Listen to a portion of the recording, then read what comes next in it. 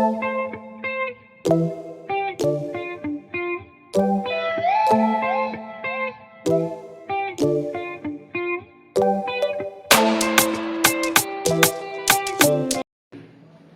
pessoal, beleza? Johnny Salomão aqui, o Wilkerson, professor, Renato, professor de teologia nosso, e a gente está aqui na casa dele, nos recebeu para que a gente possa aqui iniciar um debate que a gente vai relacionar aqui escatologia e vamos entrar, se aprofundar no estudo bíblico para que a gente possa tirar ali um maior conhecimento e através disso a gente também possa levar conhecimento para vocês que estão aí nos assistindo. Beleza? Canal Despertar no ar. Vamos lá, professor. Conta aí a sua história aí, como é que o senhor já se preparou, que dia que o senhor formou na sua mente assim, você é um teólogo, você é um professor. Boa noite, gente. Pai do Senhor Jesus. Johnny, Wilson, mais uma vez estamos aqui para falarmos desse assunto tão complexo e tão importante também. Verdade. Eu comecei a estudar teologia, eu tinha 17 anos. Então, mais ou menos aí 20 anos atrás. Então foi numa época em que a teologia era demonizada. No nosso meio pentecostal Teorizado de como? teologia coisa do diabo. Porque se focava muito em oração, movimento, e a teologia era como se fosse um balde de água na fogueira nessa época, porque você não aprendia, na visão daqueles que criticavam, você não aprendia a interpretar os textos, você aprendia a dar uma reinterpretação, e fugindo daquilo que era a teologia ortodoxa. Então eu fiz ali um curso básico na época, foram 2 anos, um curso que me deu uma base muito grande, e aí depois, em 2013, eu vou me formar em bacharel em teologia. Mas aí já desde 2000, foi em 2005, que me formei no básico em teologia, houve um despertar muito grande para o conhecimento teológico e de nunca deixar de estudar e de ler, e de passar o conhecimento adquirido para outras pessoas. E sempre foi o meu desejo. Bacana. Agora que a gente conheceu um pouco da história do professor, vamos se aprofundar no assunto, escatologia. Como o professor falou, é algo que é bem amplo e, ao mesmo tempo, bem complexo, porque também todos nós estamos vivendo, aguardando a volta de Cristo. Quando será? Se será ainda nesse século? Se a nossa geração que hoje estamos aqui verá a volta de Cristo? Então, assim, são perguntas e assuntos que a gente tem que correlacionar aos fatos que a gente vive hoje, e justamente por isso estamos aqui para tentar tirar todas as dúvidas, sanar aquilo que é importante para os nossos dias de hoje. Então, a primeira pergunta é: professor, o que é escatologia? Então, a escatologia, ela depende de onde ela se originou. No português, por exemplo, aqueles que cuidam de excrementos humanos. Dentro da teologia bíblica, da escatologia bíblica, significa doutrina das últimas coisas. Então, reserva-se a estudar os últimos acontecimentos, os últimos dias da humanidade, da terra, dos céus. Estamos falando do fim. Muito bom, muito bom. Agora, com relação às perguntas que nós iremos fazer aqui, irmãos, queridos, amados, que estão nos assistindo, serão perguntas que não estão em script, são perguntas que nós iremos, no decorrer da nossa conversa aqui, tirar da cartola e apresentar para o professor. Não foi nada programado, então a gente está trazendo as perguntas e o professor, diante do conhecimento, vai estar nos respondendo.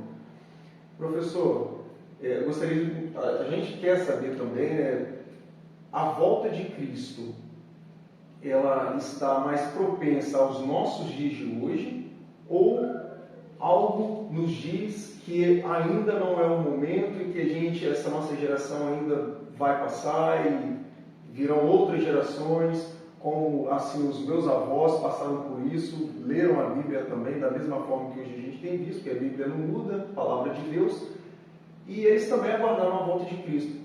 Será que a gente vai passar pelo que os nossos pais passaram? Ou será que Cristo vai voltar na nossa geração? A gente sempre tem essa pergunta, né? Será que a gente é a geração do arrebatamento? Será que esse vai ser o último século ou vai ter outro século? Estamos nos últimos momentos da igreja. Lembrando que lá atrás, né, os apóstolos acreditavam em um retorno muito próximo do Senhor, né, de que ele voltaria e arrebataria aquela geração. Aqueles grupo de cristãos, depois os que foram incorporados ali à igreja, os novos conversos, os salvos, eles acreditavam que aquela geração, que aquele povo era o povo do arrebatamento.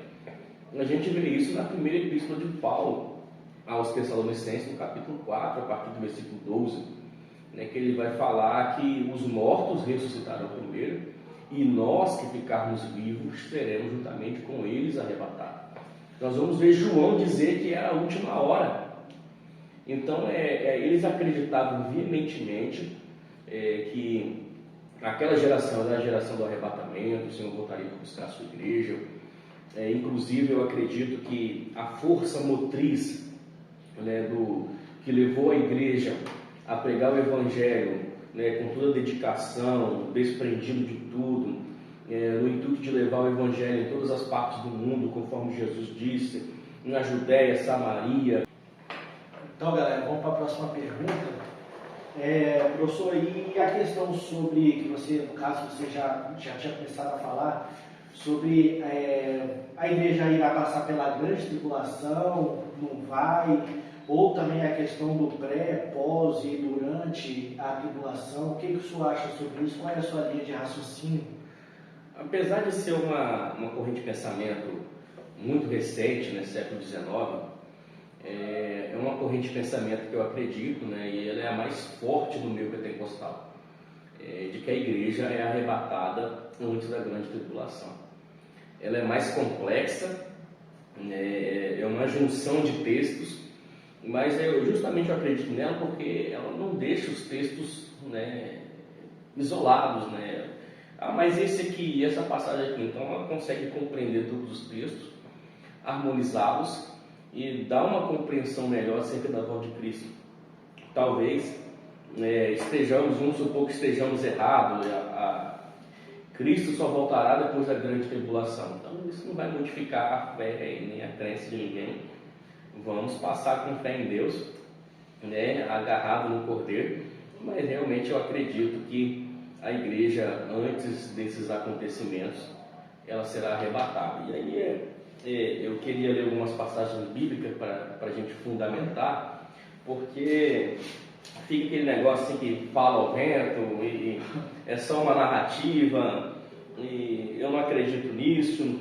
E essa questão de narrativa, rapaz, isso é algo que implementou na sociedade de uma forma tão negativa que, infelizmente... Pessoal, eu vou pegar aqui com o professor aqui, pode deixar que eu vou pegar as referências e vou botar na descrição aí para você estar lendo. E as pessoas constroem uma narrativa e às vezes ela é tão bem contada, tão bem elaborada com quem fala, que parece uma verdade, né? Fala com tanta persuasão, né? É o tipo do vendedor que você entra na loja, você não pode comprar nada, mas ele te convence a levar 3 sapatos. Como ele conseguiu fazer isso? Ele te persuadiu, falou que você ficaria bonitão, que, né, seria então, enfim.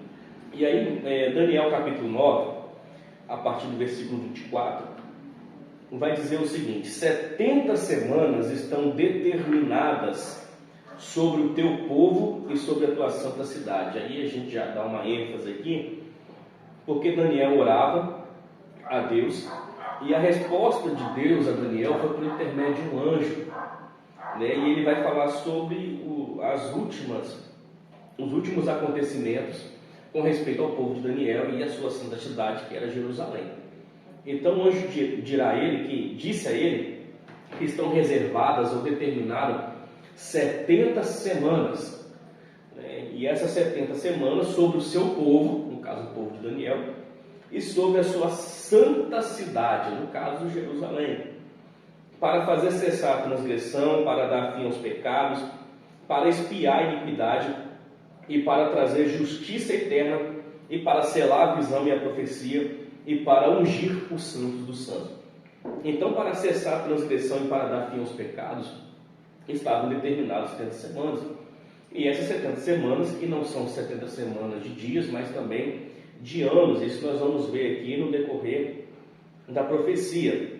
Sabe e entende, desde a saída da ordem para restaurar e edificar Jerusalém. Então, deu início à contagem das 70 semanas de Daniel, quando eles saíram para edificar e restaurar a cidade de Jerusalém. Isso aconteceu por volta de 445 a.C., por decreto do rei Artaxerxes, Neemias voltará a Jerusalém para reconstruir os muros de Jerusalém. Então, dado esse início, e aí diz o seguinte, que após a saída para restaurar e edificar Jerusalém, até há um ungido, até ungido, vamos dizer que está um U com um maiúsculo, e há o príncipe, um P maiúsculo, 7 semanas e mais 62. Então nós estamos 7 mais 62, 69.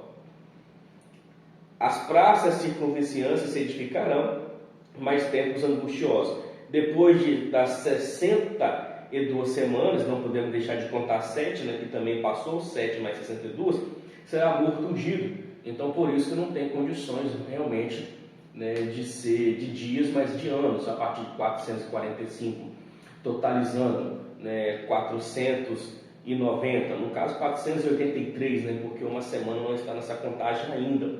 Então vai se dar nesse momento que o ungido será morto e já não estará. O povo de um príncipe que há de vir destruirá a cidade e o santuário.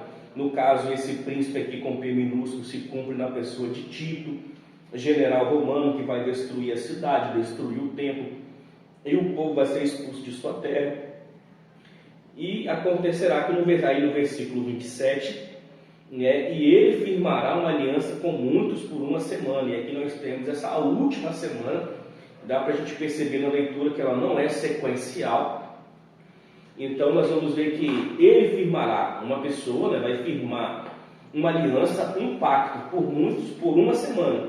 E na metade da semana, e a gente está falando que cada semana não é de dias, mas de anos, então com 3 anos e meio fará cessar o sacrifício e a oferta de manjares. Então, tirando a liberdade de culto, de adoração, os serviços no templo do povo judeu, conforme a gente viu no versículo 24.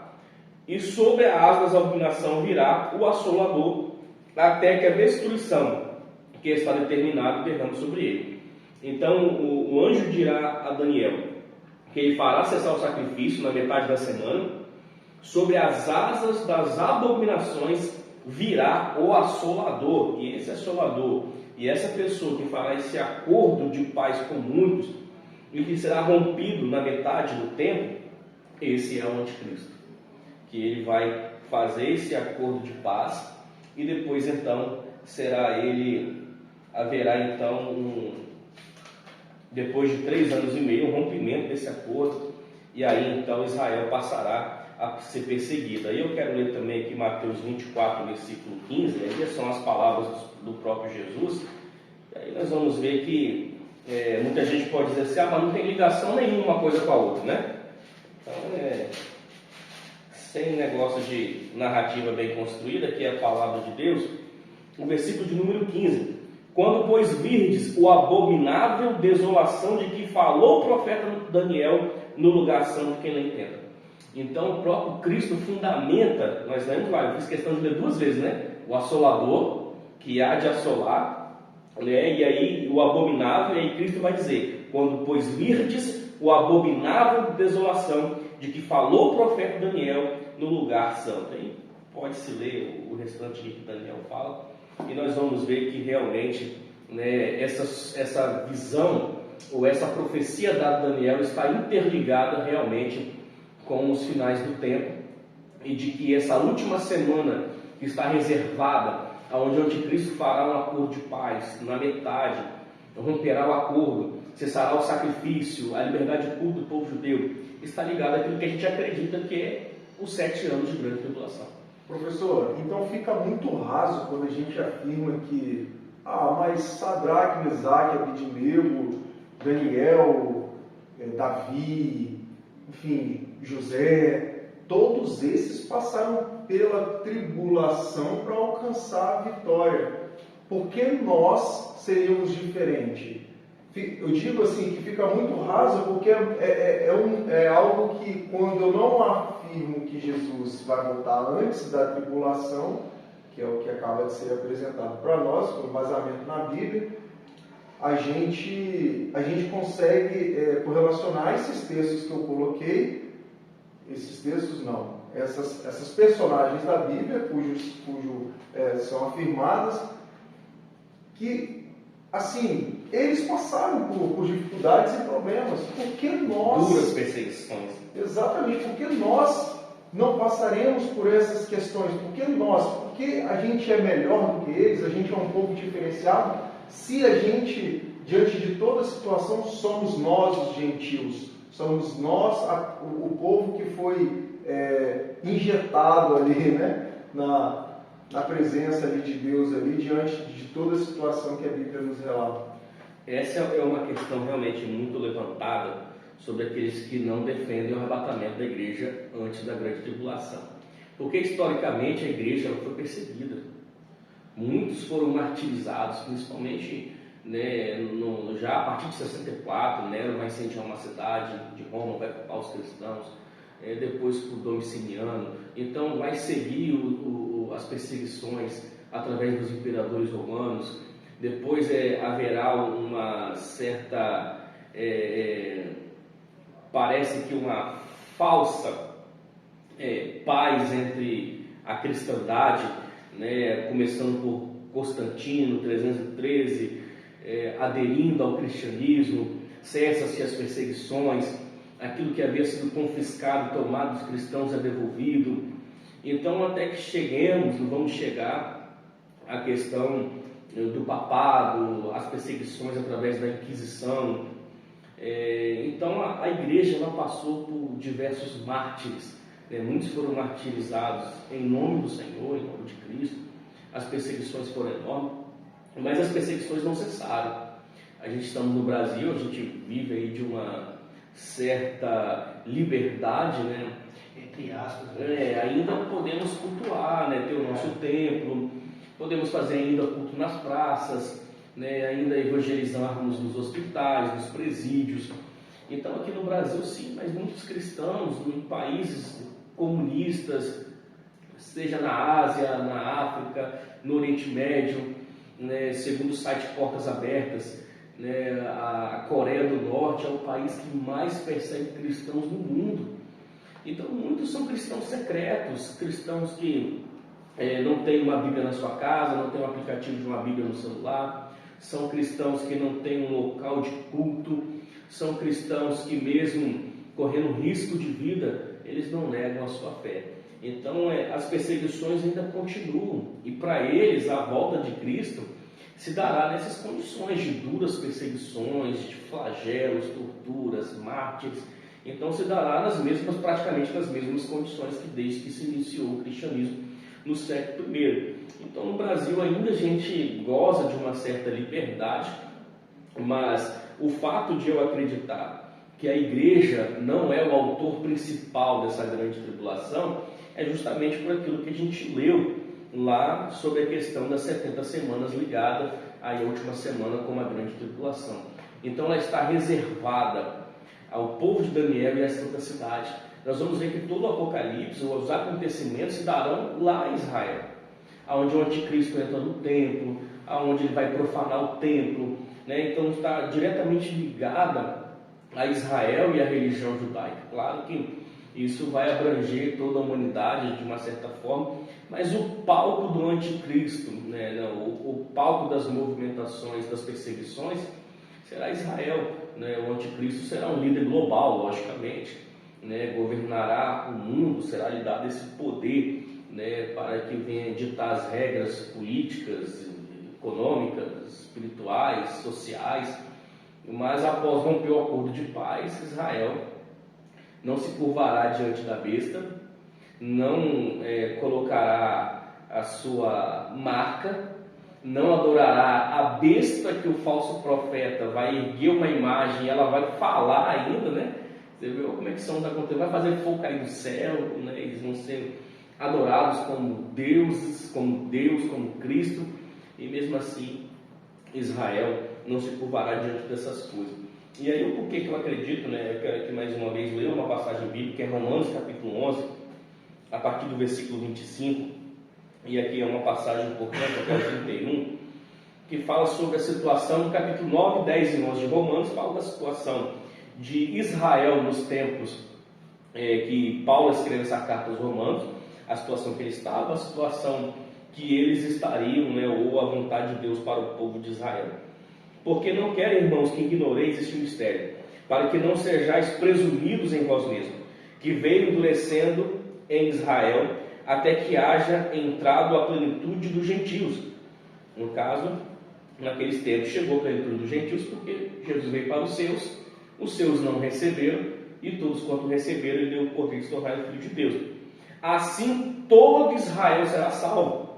Como está escrito, virá de Sião libertador, e ele apartará de Jacó as impiedades. O virá de Sião libertador, né, era justamente o Messias, o Cristo, o Salvador que Israel não aceitou naquele momento, né? Ele veio para os seus não receberam, e então ele virá da forma que eles aguardam. Naquela época eles queriam, né, um libertador, né, do jugo romano, alguém que liderasse uma guerra, uma revolução, uma rebelião, alguém que fosse um estrategista militar, um governante. Mas Jesus, ele veio uma pessoa muito simples, montada num jumento, uma pessoa criada em Nazaré, filho de um carpinteiro, foi carpinteiro. Então uma pessoa muito simples, que andou com os pecadores, com as prostitutas, com os cobradores de impostos, pessoas que viviam à margem da espiritualidade, que do ponto de vista moral, social, religioso, não valiam nada. E eram essas pessoas que muitas delas seguiam a Jesus todos os dias, até mesmo mulheres que o seguiam, que não era também muito comum, nem a sinagoga as mulheres frequentavam. Então esta é a aliança, a minha aliança, que com eles eu vou tirar os seus pecados. Quando o evangelho são eles inimigos por vossa causa, no caso Paulo está dizendo os gentios. Quando, porém, a eleição, amados, por causa dos patriarcas, e aí a aliança abraâmica, né, Deus nos esqueceu do pacto abraâmico, né? Deus elegeu Abraão, né, fez dos seus descendentes o seu povo santo, exclusivo, inclusive que dele abençoaria todas as nações da terra, porque os dons da vocação são irrevogáveis, porque assim vós também outrora foste desobedientes a Deus, mas agora alcançaste misericórdia, visto da desobediência deles. E assim também estes agora foram desobedientes, para que igualmente eles alcancem misericórdia, e visto que vos foi concedida. Então, quando o evangelho passou a ser pregado, ele conseguiu fazer uma coisa que outrora nenhuma religião, nenhum tipo de líder conseguiu fazer: de unir os povos, porque não havia grego, não havia bárbaro, não havia gentil, não havia judeu, era todos enxertados na oliveira verdadeira, todos enxertados no corpo de Cristo, que é o cabeça. A igreja do Senhor não faz acepção, distinção de pessoas, mas porém há um tratamento com respeito a Israel que se dará no futuro da sua conversão, né? Deus tem um interesse muito grande de trazer realmente este povo. Se a gente olhar lá no livro de Apocalipse, quando o templo, né, foi estabelecido, né, quando a nova cidade de Jerusalém descer ataviada como uma noiva, diz a Bíblia que ela vai ter 12 colunas e 12 portas. Estará escrito o nome das 12 tribos de Israel e o nome dos 12 apóstolos. Por que então essa distinção? Por que então esse reconhecimento? A igreja ela é uma só, mas Deus, ele não se esqueceu da aliança que ele fez com Abraão, e por isso que eu acredito que essa última semana, que é a grande tribulação, é a última semana de Daniel, ela está reservada ao povo de Daniel e à sua santa cidade, e é justamente para fazer com que Israel se volte para o Messias que eles rejeitaram e que virá. E aí temos aqui diversas passagens do livro que vai dizer que ele virá com as marcas na mão, que lhe obrarão a marca e perguntarão que marcas são essas. Essas são as marcas que eu recebi na casa de meus amigos. Haverá comoção nacional, conversão.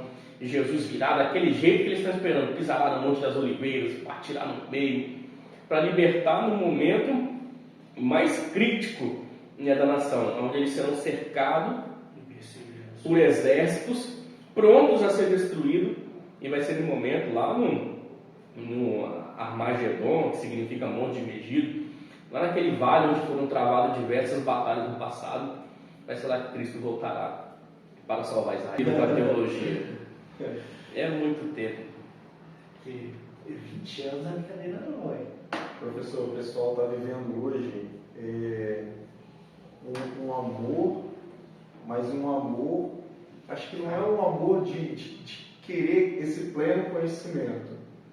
É um amor de viver as experiências, os milagres e viver também de testemunhos, porque tem pastor que ele vive só de testemunho. Ele entra na igreja e, irmãos, testemunha tal, testemunha Y, e pai, coloca ali umas 10 testemunhas e dá um chorinho no final, e no final ele vai lá e faz o quê? Salmo 23. Bum, de cabeça. Caraca, o cara entende de Bíblia. E só testemunha. E aí o cara passa e é pastor. E é pastor que vai em igrejas, tal, não sei o que, mas só levando testemunho. E a palavra de Deus é só Salmo 23. Salmo 23. Isaías 53, também é um pequeno resumo da Bíblia, né? Salmo 121. Salmo 121. Salmo 46. Pois é, e aí eu fico pensando o seguinte, que existe esses coaches, né? Esses caras que estão pegando, eu acho que é uma geração que pegou a roda já, e eles estão tentando fazer alguma coisa na roda para ela rodar mais rápido. Entendeu? Não é essa geração sua que pegou o conhecimento, a palavra, estudou, e por amor, antes da roda girar, vocês já começaram ali.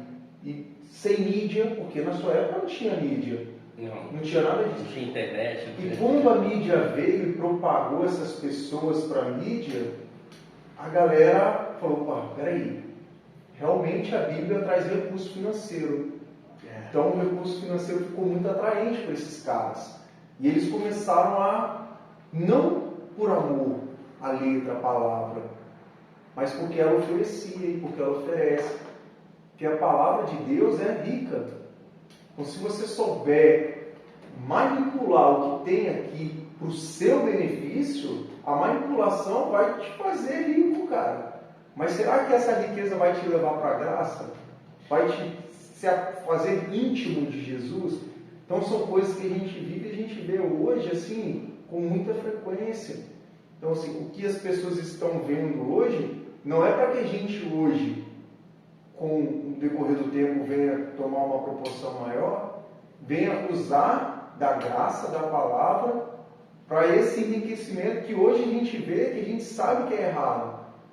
Talvez eles iniciaram assim também, com esse pensamento, poxa, eu quero fazer dessa forma, porque lá na frente, quando eu estiver assim, mas hoje o cara está lá na frente, e talvez ele esqueceu desse pensamento primário que ele teve.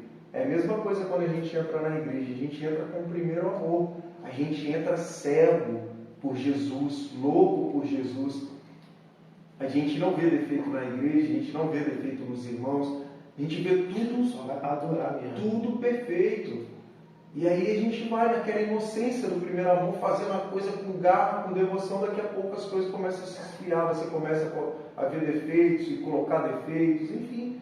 É da mesma forma que aconteceu com essas pessoas também no início. Só que a gente tem que tomar cuidado com essa geração, para que a gente também não venha cair nesse tipo de manipulação, nesse tipo de rodeio, coach. Criar essa roda e entrar nessa roda, desse jeito que eles estão fazendo hoje. Mas é aquilo que o senhor falou também, né, professor? Nas aulas também, o senhor sempre tocou nesse assunto, que a gente tem que ler em espírito. ler, entender em espírito, fazer uma oração antes de começar a ler a Bíblia, pedir a Deus entendimento da tua palavra, e o mais importante, viver ela. Porque não adianta nada, né, a pessoa lá, estudada, está lá na frente, ou não estudada também, está lá na frente, pregando, falando, sem vida com Deus. E em casa bate na mulher, em casa está ali comprando coisa e não pagando, é complicado. Realmente o evangelho que a gente vê sendo pregado em muitos lugares, infelizmente, na maioria das vezes em nossa denominação, é o evangélico utilizado. E eu sei que é duro dizer, mas é necessário dizer. Os responsáveis são os líderes dessas igrejas, porque são eles que alimentam o povo. Se o povo tem esse pensamento, porque eles tiveram esse pensamento alimentado. Então eles foram ensinados dessa forma, de que a bênção é imediata, de que a única razão de já estar na igreja é por causa de sucesso, de crescimento material. Jesus é amor. Sim, de aceitação, nessa relativização do amor, de que Deus me aceita do jeito que eu sou e que eu posso chegar na igreja e ficar do jeito que eu quiser porque Deus me ama. Então não é pregado, às vezes em muitas igrejas, abandonar a cruz, né? De tomarmos a nossa cruz, abandonar os nossos pecados, negarmos a nós mesmos e vivermos seguindo a Cristo, seguindo os seus passos, vivendo de acordo com a palavra de Deus. Essa pregação de aceitação, de que Deus aceita da gente do jeito que é. Deus não aceita nem a mim, nem você do jeito que a gente é. Ele não aceita, porque se Ele aceitasse, para que cruz, para que morte, para que salvação, para que igreja, para que santificação? Não há necessidade, não haveria necessidade disso, né? Então, quando Deus ele vai então projetar, arquitetar, de enviar o seu Filho para morrer em nosso lugar, isso foi antes da fundação do mundo, Ele poderia até mesmo ter perdoado a humanidade sem sacrifício nenhum. Mas por que assim não fez? Deus não toma culpado por inocente. E Deus, da mesma forma que Ele é amor, da mesma forma que Ele é rico em perdoar, mas Ele também é justo. Então Ele cria, né, um sistema, primeiro mosaico, né, por intermédio de Moisés, um sacrifício substitutivo por intermédio de animais, e depois sacramenta com a morte do seu filho, né, onde lá na cruz vai dizer está consumado, né, e aí foi escrito ali com uma palavra grega, tetelestai, né, palavra essa muito usada no pagamento de impostos, né, quando se pagava os seus impostos, vai carimbava, tetelestai, a dívida foi paga. Ou quando o prisioneiro era encarcerado e ali colocava a sua ficha criminal e listava os seus crimes. E após ele cumprir a sua pena, o juiz riscava aqueles seus crimes e colocava embaixo, tetelestai, a dívida foi paga. E aí Paulo, baseado nisso, vai dizer o quê? A cédula que era contra nós, ele arranca e crava na cruz. Então, todo aquele papel onde estavam os nossos crimes, os nossos delitos, ele arranca e vai cravar com ele na cruz. Por isso que ele diz, está consumado, a dívida foi paga. E aí Deus cria um sistema mosaico, e aí vem o seu filho, faz esse sacrifício vicário, que é um sacrifício substitutivo, e aí paga os nossos pecados. Para quê? Para que a gente continue pecando? Não, para que vivamos nele. O viver é Cristo, que Cristo possa viver em nós e que andemos nos seus passos. Uma multidão seguia Jesus todos os dias, e muitas delas recebiam, né, da sua graça e misericórdia a cura, eram livres, né, de possessões demoníacas, mas muitos só queriam receber aquela bênção e ir embora. Quando Jesus multiplicou os pães, no outro dia eles pegaram um barco, foram atrás de Jesus do outro lado do mar de Galileia. E quando eles chegaram lá, talvez poderia ser algo impressionante, né? um algo, né, tão de que trouxesse uma alegria, mas Jesus não. Vocês me buscam pelo pão que perece. E aí Jesus vai dizer o seguinte, ó, aquele que quiser me seguir, ou aquele que quiser ser meu discípulo, aquele que quiser vir após mim, negue-se a si mesmo, toma a sua cruz a cada dia e siga-me. Então é o interessante que a palavra tomar a sua cruz, né, toma a sua cruz e siga-me.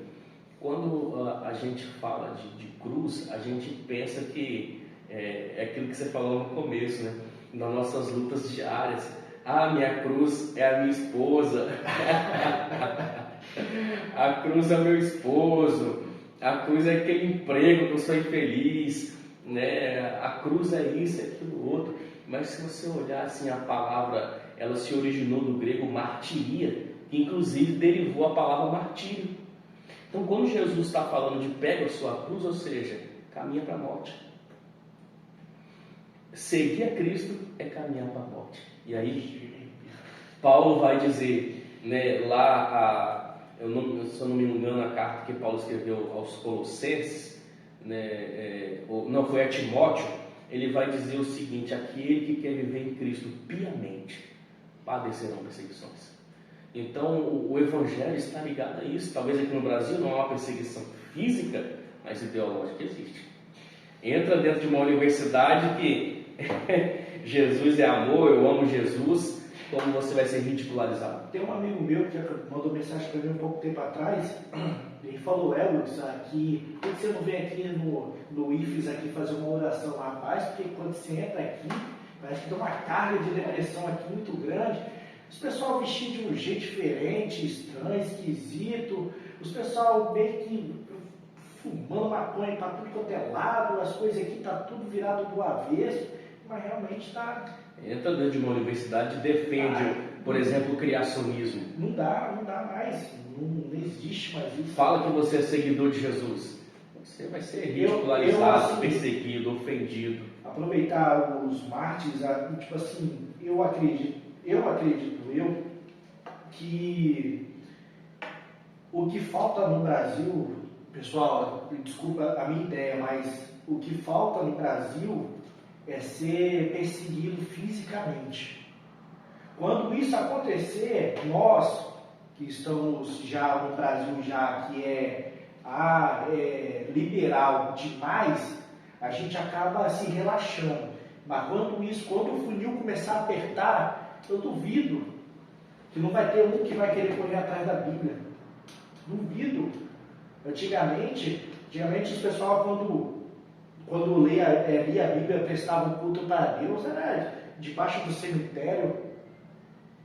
As catacumbas, né? Era debaixo ali, ó, pregando a palavra de Deus ali, lendo a Bíblia, cultuando a Deus, porque não podia cultuar livremente, igual a gente tem. Hoje nós temos aqui, ó, a ferramenta bem mais fácil para a gente estar evangelizando.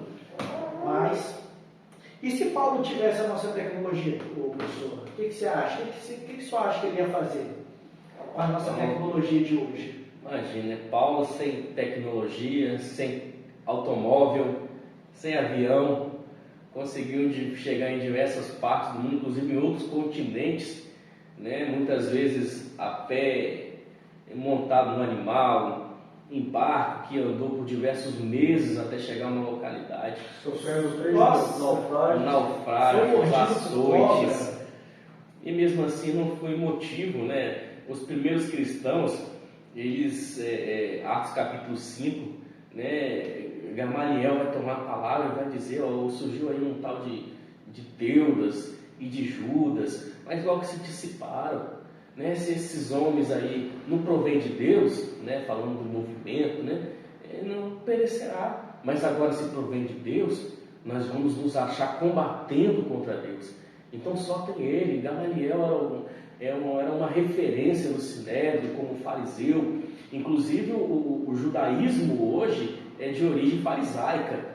Então, depois dessa palavra, o que fizeram com ele? Bateram nele e acertaram a charezinha. Aí como que termina o capítulo 5 de Atos? Que eles estavam felizes por ter apanhado pelo nome de Jesus. E hoje o cristão brasileiro, fala do Brasil, ele não precisa precisa apanhar para querer abandonar Jesus, não. Né? Basta uma coisa não dar certo, uma palavrinha mal colocada, basta aí uma porta de emprego que se fecha e amanhã já não começa a faltar os cultos, já para de orar, já para de ser cristão. Ou quando abre a porta de emprego, não vai mais pro culto. Agora cá para nós, tá? Se eu conhecesse o Paulo e o Paulo botasse o pé no barco, eu falava, Paulo, tá no barco? Eu não vou subir, não. Rapaz, 3 naufrágios. Ele é o Jonas no barco. Vou pegar no fora, vou jogar pra fora do barco, cara. Rapaz, meu amigo, é tipo daquele irmão que você anda com ele e o cara... O perigo vai atrás dele. Exatamente, você está dirigindo o carro ali, o cara vai ali falando com você, rapaz, comigo semana passada aconteceu isso, e aconteceu, é só tragédia, tem irmão que só conta a tragédia, cara. E o Paulo ali, as tragédias que aconteceu com ele foram coisas assim. E o mais interessante é que quando ele estava na cela, né, já tinha já a data, a hora que ele ia morrer, já estava já tudo certinho para ele, mas mesmo assim ele não negou a fé. Inclusive dessa história, você está falando de Atos 16, da menina do espírito da adivinhação, e ele é preso, apanha preso. Só que ele queria ir para um lado, o Espírito de Jesus aparece na frente dele, vai para o outro. E aí você veja só, ele, ao invés de ir, né, para onde ele queria evangelizar, o próprio Deus vai dizer, o caminho dele chega lá, ele apanha. Se fosse no dia de hoje, Jesus tinha ouvido poucas e boas. Como, Senhor, tu me manda daqui para apanhar, ser preso, eu queria ir para lá. Mas não, ele vai chegar meia-noite e vai adorar a Deus. Então, o cristianismo é isso, né? Eles não foram enganados desde o princípio. Eles disseram, por causa do meu nome, vão falar mentiras, vão caluniar vocês. Eles serão perseguidos por causa do meu nome. Mas Jesus tinha falado, né, para os discípulos que cada um deles ia morrer, mas apenas um ia ficar, no caso João. João foi uma coisa à parte, né? Foi uma coisa à parte, né? Quando Jesus tem aquele diálogo com Pedro, inclusive quem conta essa história é o próprio João, no Evangelho de João, né? No final do livro do Evangelho, ele vai contar que Jesus tem um diálogo, né, com Pedro, né? Tu me amas, sabe que eu te amo, passei para meus cordeiros. E ali com aquele diálogo, ele vai seguir Jesus e Pedro vai apontar, mas Senhor, e este? E aí Jesus vai dizer, né, se eu quiser que ele viva até que eu volte, que te importa, segue nisso tudo. E aí diz o Evangelho de João que aquilo foi propagado em todos os lugares, que João ficaria vivo até Jesus voltar. Mas não foi o arrebatamento, mas foi um encontro pessoal com João na ilha de Patmos, né, e um Jesus que apareceu para João completamente diferente do que João conhecia, né, os olhos pegando fogo, cabelo branco, né, um cinturão de ouro no peito, os pés como um latão reluzente e aquela voz de muitas águas, parecia um trovão que fez João desfalecer com a voz, né, do seu amado. Então são essas circunstâncias, né, que os cristãos primitivos eles enfrentavam, não desistiam, não negavam a fé, mesmo diante da fogueira, diante da espada, diante de todas as circunstâncias. E nós cristãos, infelizmente, parece que temos que enfrentar uma perseguição para acordar. Não deveria ser assim. Não deveria ser dessa forma. Eu acho que a gente deveria aproveitar essa oportunidade, dessa liberdade que ainda temos.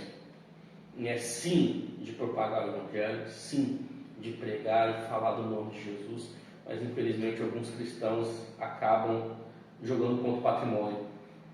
Denigrinem o Evangelho ao invés de propagá-lo. E isso acaba, infelizmente, sendo generalizado por muita gente, dizer que os cristãos são assim, que os crentes são desse jeito, dessa forma, e acaba criando uma péssima imagem de todos os cristãos. Verdade. Existe uma lei, assim, um projeto de lei, que está em votação na ALERJ, que é a Assembleia Legislativa do Rio de Janeiro.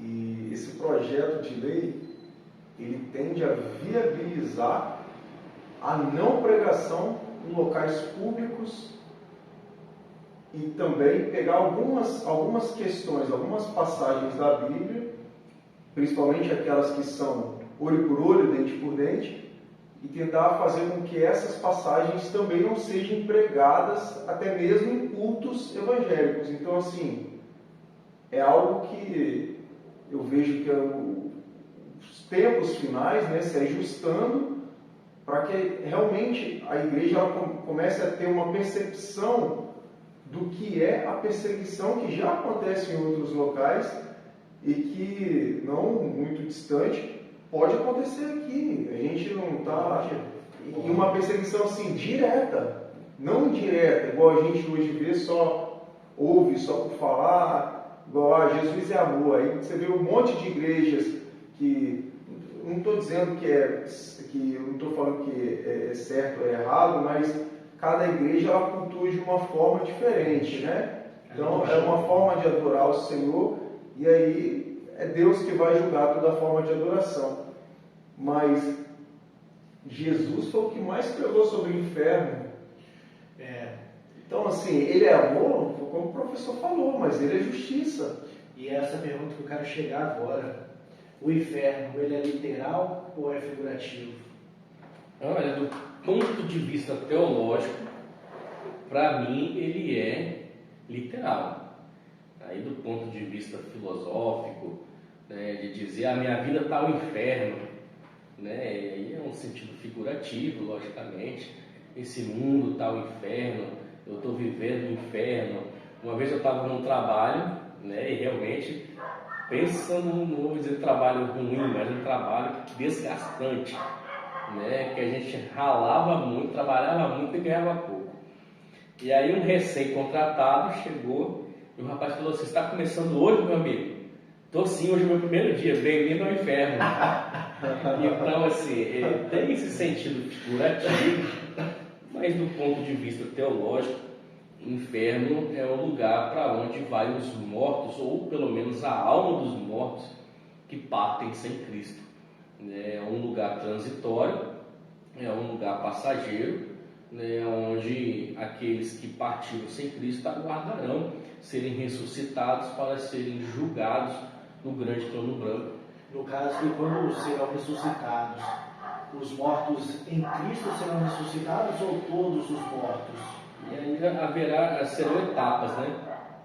O arrebatamento da igreja que antecede a grande tribulação, os cristãos ou os salvos em Cristo serão arrebatados, os mortos ressuscitarão também e irão ao encontro do Senhor nos ares. Haverá, né, essa primeira ressurreição, né, ou bem-aventurado aqueles que fazem parte da primeira ressurreição, conforme diz o livro de Apocalipse. Então haverá uma segunda ressurreição que serão reservados todos aqueles que não foram escritos no livro da vida, todos aqueles que aceitaram a marca da besta, o sinal da besta, o nome da besta, eles estão reservados para o final, que é a segunda ressurreição ou a segunda morte. Serão ressuscitados, comparecerão ao grande trono branco, os livros se abrirão e eles serão lançados no lago de fogo. Inclusive o próprio inferno será lançado no lago de fogo, juntamente com o diabo, os seus anjos, o falso profeta e o anticristo, né, serão lançados também no lago de fogo, e aonde serão atormentados para todo sempre. Tem uma passagem que fala bem assim, igual eu estava falando no carro do Johnny, que a mulher tinha comentado bem assim, que aqui está pior do que o inferno. Aí eu falei para ela, era para ser o contrário, porque tem uma passagem que fala bem assim, ó: se a tua mão direita errar, que você o arranque-o, né? Mais ou menos assim. Sim. Se o teu olho te faz pecar, também arranque. Arranque, isso aí. Para que você, é melhor você entrar no reino de Deus. Ser um membro do corpo do que todo o corpo ser lançado no inferno. Quando fala sobre essa questão, quer dizer que o inferno não será uma brincadeira. Não será. E essa dualidade que existe, né, inferno, céu, mal, bom, né, ela não existe, é uma coisa criada na cabeça das pessoas.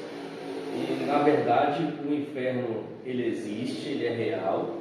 O próprio Jesus contou uma história, e não é uma parábola como muita gente pensa, porque Jesus disse que existia o rico e o Lázaro. Então, me falaram que isso aí era uma parábola. Tipo, ontem eu ouvi uma pessoa falando assim, pastor, falando para mim, não, que na Bíblia está escrito que é uma parábola, e é uma parábola. Ele é o tipo de pessoa assim, que ele acredita só na Bíblia, fora da Bíblia é heresia. É o que o Calvino fala, né? Como é que ele fala? Que as pessoas ficam mais aprofundadas na Bíblia, mas o que for fora da Bíblia, o que você fala sobre teologia, eles te chamam de heresia, mas na verdade não é heresia. Na verdade, o que Jesus contou, ele vai dizer assim, havia um homem. Se havia... Quando o verbo existia, e não uma parábola. Então ele vai contar uma história, né? E quando se fala uma parábola, qual é normalmente as parábolas contadas por Jesus? Eles não dão, Jesus não dá nome, não cria personagens, né? E como ali Jesus ele vai citar nomes, que é muito incomum dentro de uma parábola, e também vai falar de localidades e vai contar um enredo diferente lá, uma parábola. O reino do céu é semelhante a um semeador, né? Não é uma coisa tão aprofundada. E aí ele vai dizer que havia um homem, e aí um era o rico e o outro era Lázaro. Lázaro, ele desejava comer das migalhas que caíam da mesa do rico, e ainda tinha uma doença de chagas. E os dois vão morrer, um vai para o Hades, o inferno, um lugar de tormento, e o outro vai para o seio de Abraão. Ele vai para o antigo paraíso, vamos dizer assim, antes do Novo Testamento, antes de Cristo, lá no final de Mateus, capítulo 28, vai dizer que as almas dos santos são transportadas para a cidade santa. Então, e a promessa que Jesus também faz ao ladrão da cruz: hoje mesmo estarás comigo no paraíso. A gente vê essa mudança, não mais seio de Abraão. Mas o interessante é que o rico estava lá sendo atormentado em chamas. Ele vai pedir: pai Abraão, peça a Lázaro que molhe a sua mão, coloca na minha boca, pois estou atormentado em chamas. Então há uma realidade, há uma consciência após a morte da alma, onde há um lugar transitório, aonde as almas irão após a sua morte, seja elas com Cristo ou sem Cristo. Professor, nós estamos chegando já ao nosso final desse bate-papo interessante, primeiro bate-papo nosso, segundo, na realidade, né, o primeiro foi ao vivo pelo Kawai, e agora esse está sendo gravado, mas a gente de qualquer forma quer agradecer mais uma vez a oportunidade de estar aqui na sua casa, de estar aprendendo um pouco mais sobre a Bíblia.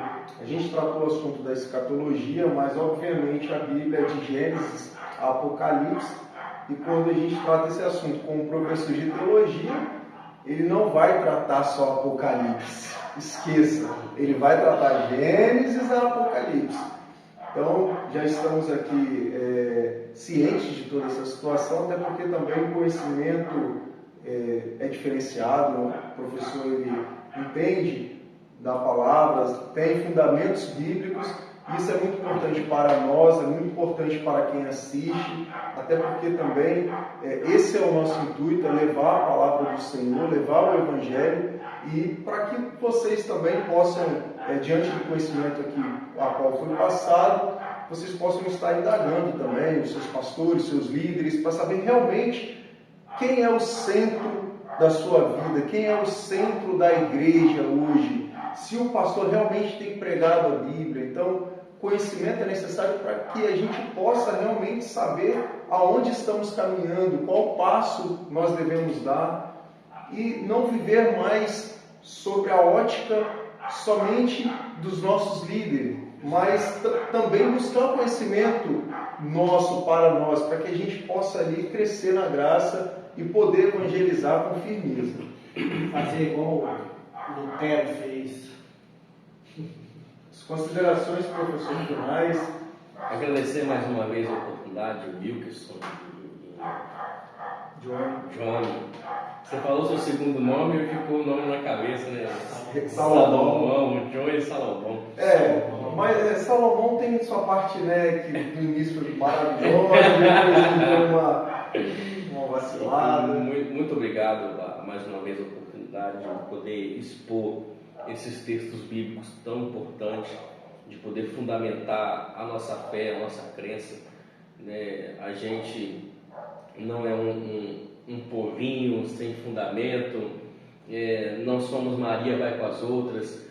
A nossa material, o nosso documento de fé, né, prática é a palavra de Deus e nelas nos fundamentamos e acreditamos com todas as nossas forças de que ela é a revelação de Deus à humanidade e devemos por isso então tentar compreendê-lo o mais possível. Ela é a revelação de Deus a nós. Então, se a gente se abster disso ou querer receber somente informações das redes sociais, da internet, né, ser guiado por influências e esquecer que a Bíblia ela é lâmpada para os nossos pés e luz para os nossos caminhos, né, é ela que vai alumiar a nossa estrada, o nosso percurso, é ela que vai nos dar um norte, uma direção. Por isso devemos nos apegar a ela, de entendê-la, compreendê-la e praticá-la, que é o mais importante. Pessoal, então, eu vou estar botando na descrição o canal do nosso professor nas redes sociais. Vou deixar no link também as nossas redes sociais também embaixo. Por favor, siga a gente, deixa o like e compartilha para todas as pessoas que vocês pudessem mandar. Muito obrigado, gente. Boa noite. Graças e paz.